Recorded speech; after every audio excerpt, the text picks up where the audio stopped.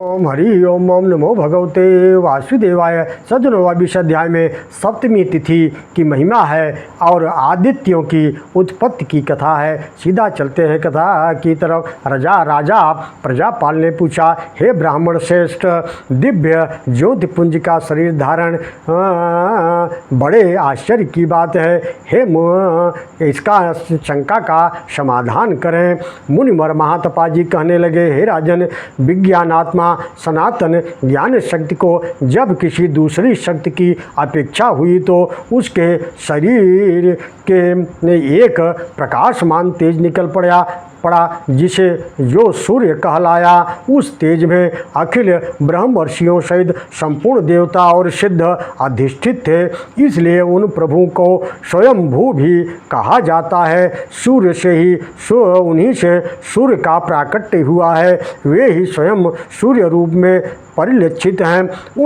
उस विग्रह में तुरंत तेजों का समावेश हो गया। जब वे आकाश में ऊपर उड़कर सभी लोगों को प्रकाशित करने लगे, तब उनका अनुगुण नाम भास्कर पड़ गया।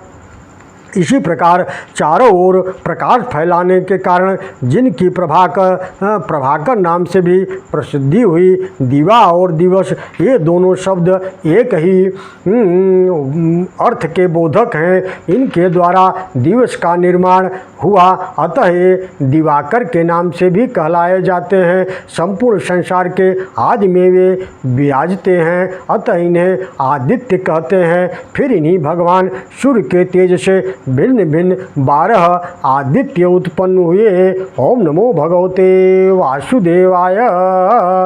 कछु नहीं मेरा जगत में, कछु न मुझको चाहिए। कछु नहीं मेरा जगत में, कछु न मुझको चाहिए। मैं उसी का वे हमारे, फिर कहो क्या चाहिए। कछु नहीं मेरा जगत में, कछु न मुझको चाहिए। मैं तो उनका था सदा थे, भूल थी वह मिट गई। सूरत प्रगट हो गई, अब क्या रहा जो चाहिए। कुछ नहीं मेरा जगत में, कछु न मुझको चाहिए। कछु न बाकी न रहा अब प्राप्त करने के लिए। समझना करना रहा नहीं, मिट गया सब चाहिए। कुछ नहीं मेरा जगत में, कछु न मुझको चाहिए। सुगम सहज प्रशस्त निर्मल सार गीता शास्त्र का, सुलभ अति सबके लिए उपलब्ध करना चाहिए।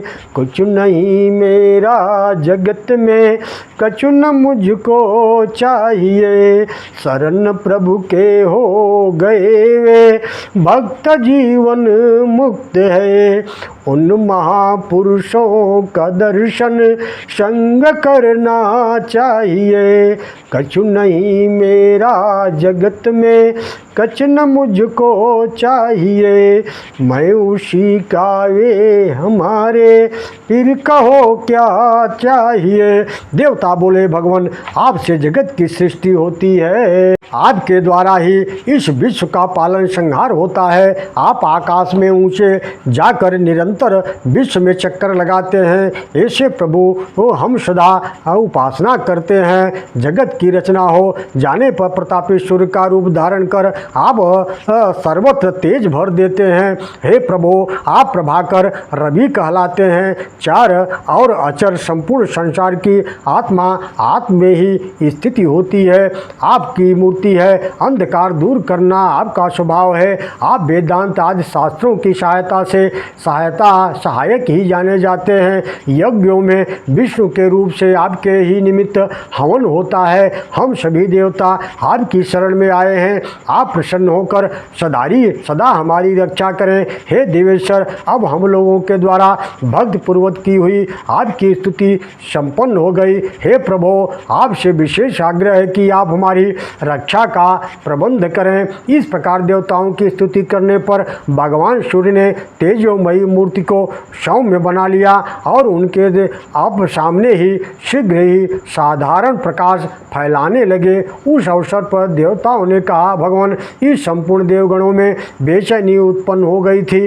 अब आपकी कृपा से सभी शांति का अनुभव कर रहे हैं। महातपा मुनि कहते हैं, हे राजन, सप्तमी तिथि के दिन भगवान सूर्य का प्राकट्य हुआ था।